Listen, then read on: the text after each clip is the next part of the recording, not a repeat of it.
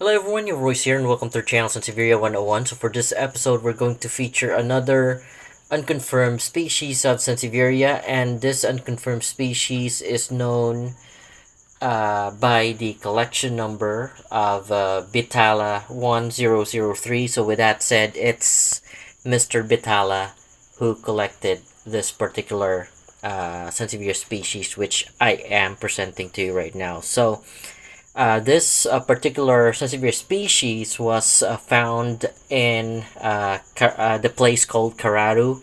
So Karatu is a small town which is located uh, in the Arusha district. It is perfectly located on the borders of Lake Manyara National Park and Ngoro crater. So that is where this particular species was collected by Mr. Bhitala. I will no longer pronounce the first name of Mr. Bhitala because I'm afraid that I will mispronounce it. I will include though the spelling of his name on the right hand corner of this content for you guys to check or for you to research on your own. So once again, the collection number is 1003 and it's Bhitala 1003 for this particular species. You can also call it Sansevieria sp. Karatu. That's also a right way of of writing it. Although there might be a possibility of other species that can be found in the place called Karatu in Tanzania. So the most specific or accurate um, ID for it is actually the collection number, but some experts will not consider the collection numbers as ID. For myself, though, I would specifically use the collection number to single out what the specific species we are going to be discussing about. So if I'm going to point out something that's very specific, I would use the collection number instead of just stating Sansevieria sp. Karatu or Sansevieria species Karatu.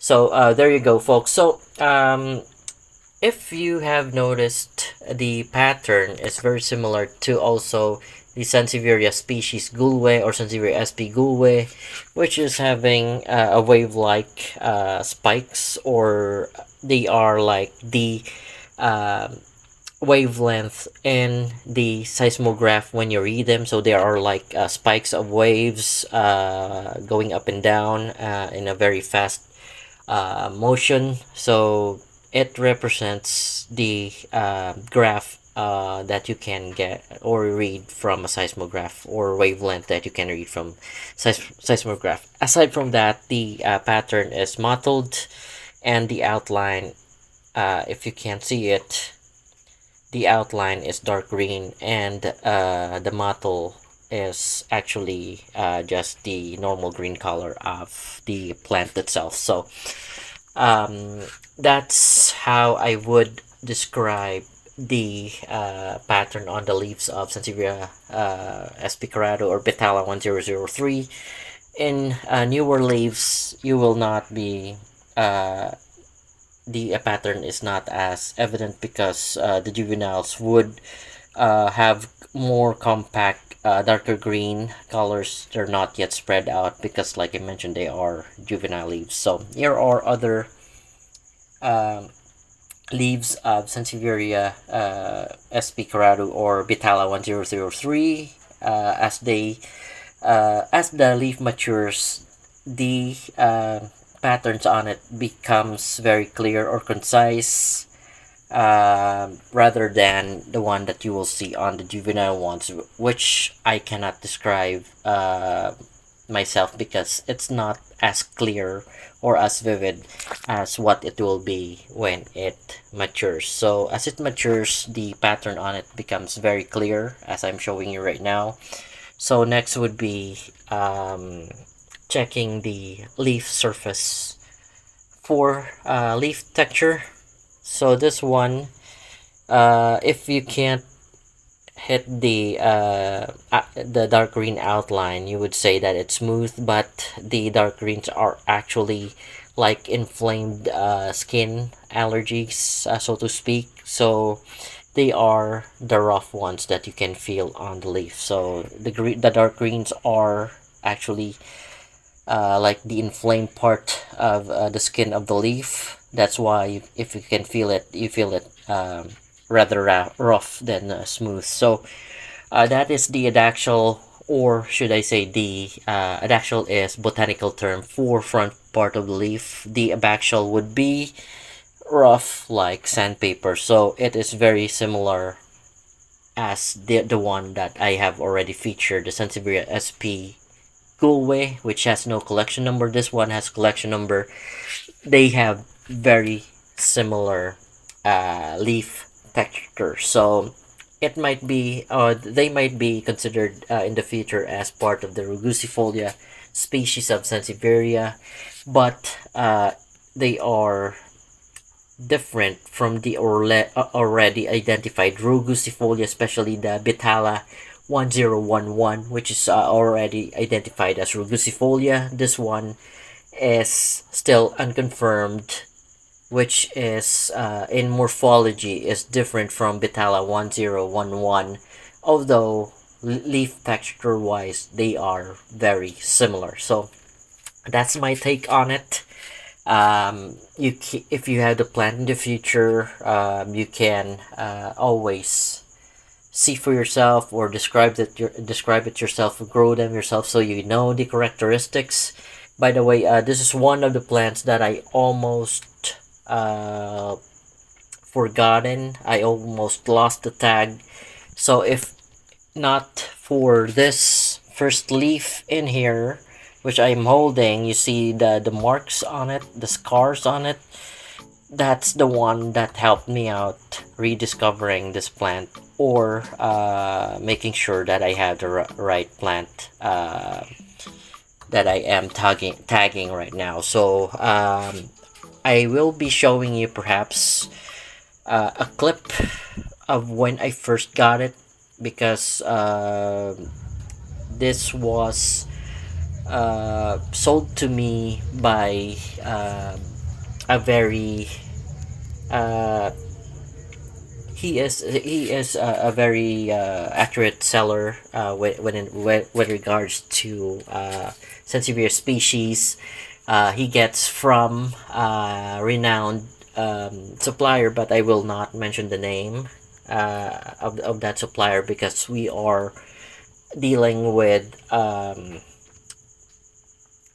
the educational side of Sansevierias, rather than the business aspect of it. So as much as possible, I don't want to discuss who the supplier is, where I got the plant. What I'm doing here in this channel is for educational purposes. So, and as well as tagging, or making sure of the ID of the plants that I have, also sharing them to other people who might have lost the ID. So I hope what I'm doing will help out people in the future who have the same plants as well as I do.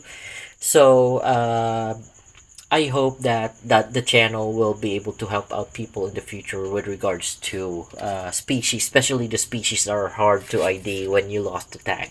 So fortunately, because of this leaf here, which has a scar, I was able to recall and check the conversations and the ID, because once you lost the tag, it's very hard, especially with the leaf patterns that are the same, although they are found in different areas of Tanzania or Africa.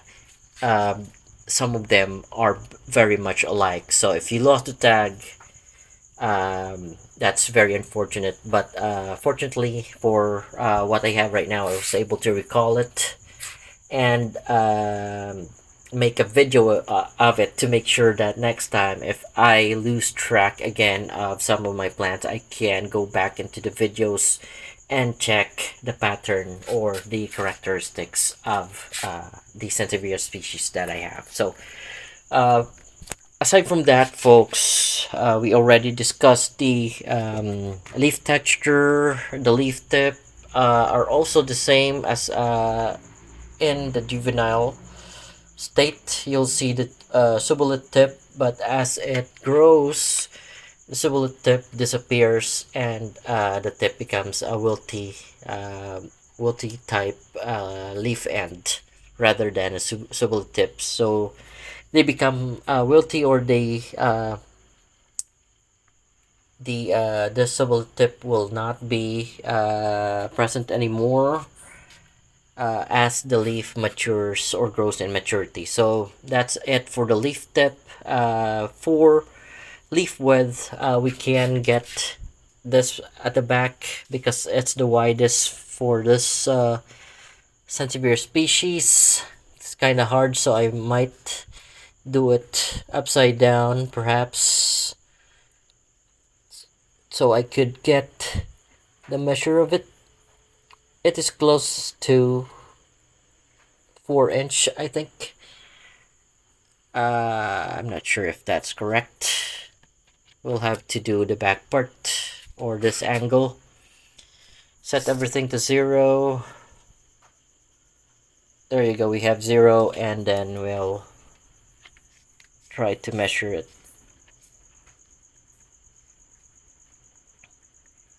Alright, so I guess this is the measure of the plant. It's more than 3 inch, but not it's over 3 inch, but not more than 4 inch. So it's a wide leaf Sansevieria, and it is part of the hard leaf Sansevieria species.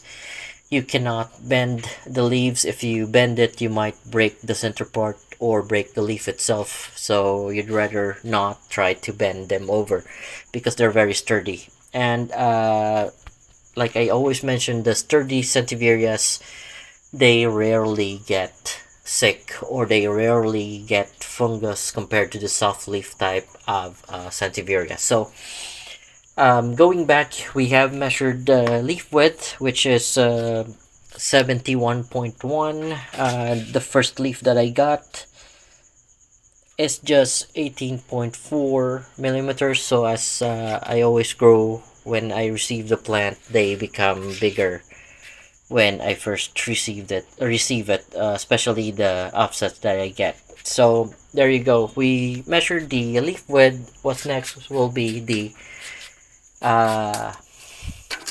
specimen leaf length. So I have seen, before making this, I tried to check the Karatu of other people, and mine is just around 9 to 10 inch.